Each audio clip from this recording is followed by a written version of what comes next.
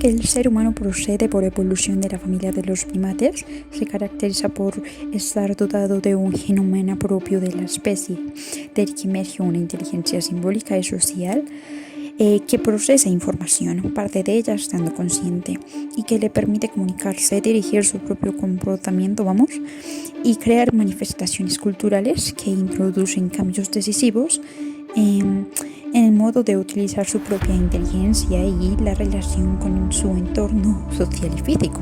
Pero aunque esta inteligencia nos ha ayudado a evolucionar en muchos aspectos, como lo es el tecnológico y científico, como los seres humanos, como los seres éticos y racionales, en verdad hemos hecho un buen uso de la inteligencia, nos ha ayudado a evolucionar, o al contrario, para involucionar y destruirnos poco a poco con el daño que le hemos hecho a nuestro planeta Tierra por el consumo, por no tener consecuencia ecológica y acciones mínimas para pedir una bolsa de plástico en el súper. Hemos ocasionado un deterioro del medio ambiente y el agotamiento de los recursos que necesitamos para vivir, ya que la mayoría de nuestros desechos terminan en entornos naturales, ya bien sean ríos o calles e incluso los océanos.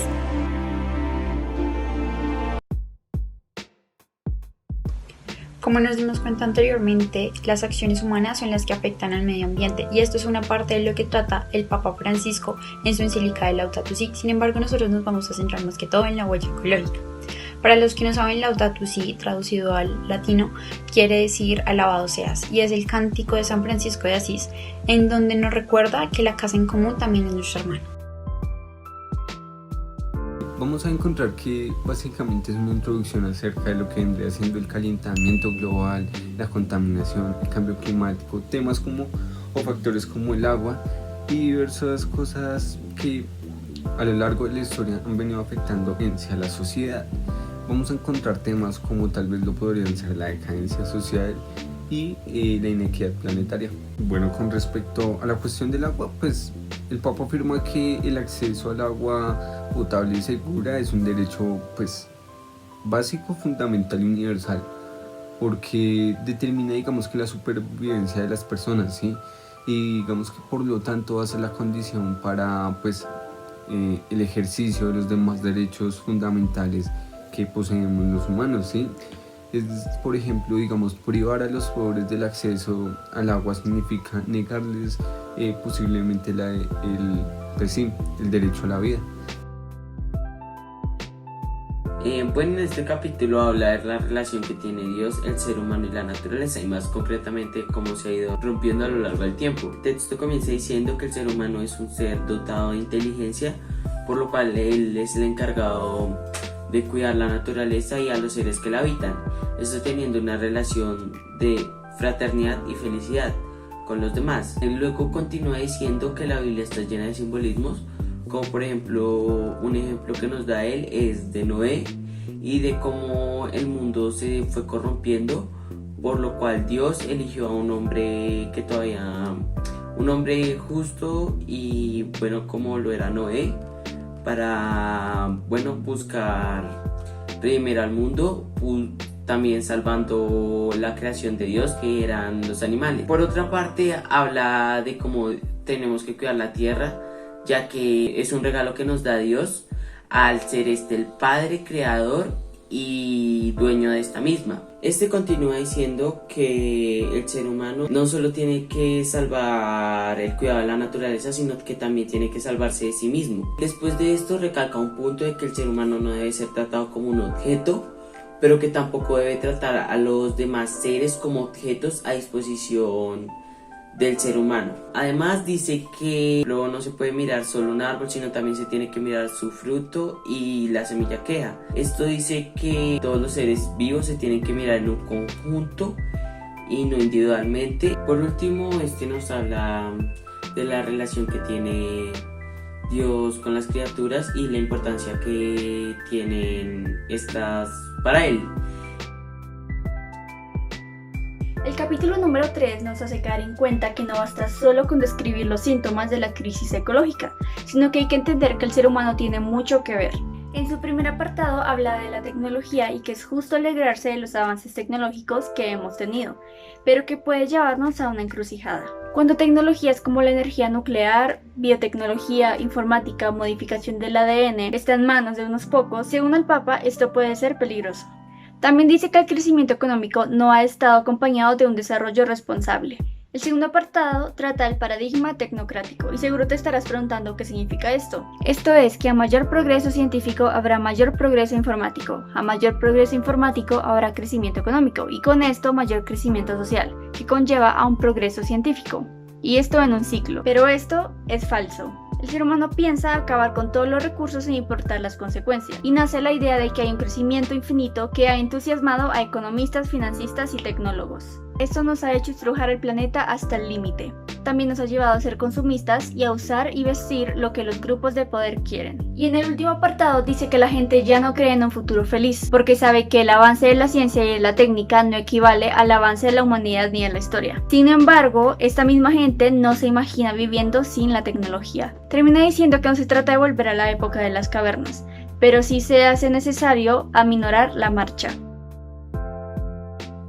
Papa lo dedica a explicar la ecología integral y para ello lo divide en 5 apartados. En el apartado número 1, el Papa nos dice que la ecología es la que estudia la relación entre los organismos y el ambiente donde se desarrollan. Es decir, el pez está relacionado con el río con el aire con el árbol con nosotros y nosotros con el pez. Es decir, todo se relaciona. Posteriormente, el Papa nos dice las crisis socioambientales por las que estamos pasando, como lo son los incendios, contaminación, pobreza y hambruna.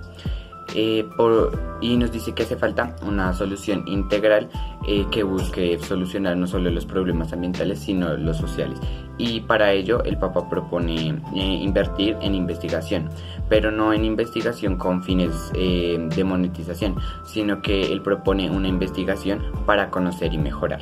En el apartado 2, el Papa expone que el consumismo acaba con la tradicionalidad, ya que tiende a homogeneizar todo, y dice que la desaparición de una cultura es tanto o más grave que la desaparición de una especie. Por lo tanto, es importante cuidar a las culturas indígenas, que son las más conscientes del cuidado sobre el medio ambiente. En el siguiente apartado se nos presenta la idea de que la vida cotidiana tiene que estar enraigada en buscar la solidaridad y unión entre todos. El Papa con esto expone diversos ejemplos en donde menciona que las comunidades pobres son las que están más unidas y aunque existen organizaciones que tienden a separarlas, el Papa insiste que el amor puede con todo. Y para terminar este apartado, el Papa nos incentiva a crear espacios de unión y solidaridad y usar más el transporte público. Después de haber analizado los capítulos anteriores y llegar a la conclusión de que efectivamente tenemos una problemática ambiental y social y de que no es tan fácil de solucionar como lo pensamos, el Papa nos trae las líneas de orientación y acción a través del diálogo que buscan algo, un consenso global. ¿Pero para qué? Estas se buscan para acabar por completamente con la quema de combustibles fósiles que son altamente dañinos para el medio ambiente y afectan el cambio climático, como lo son el petróleo y el gas.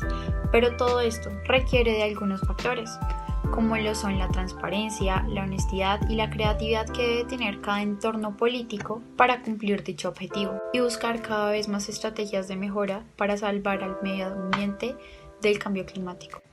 También es importante un alto nivel de responsabilidad por parte tanto del entorno como de las personas que participan internamente en él.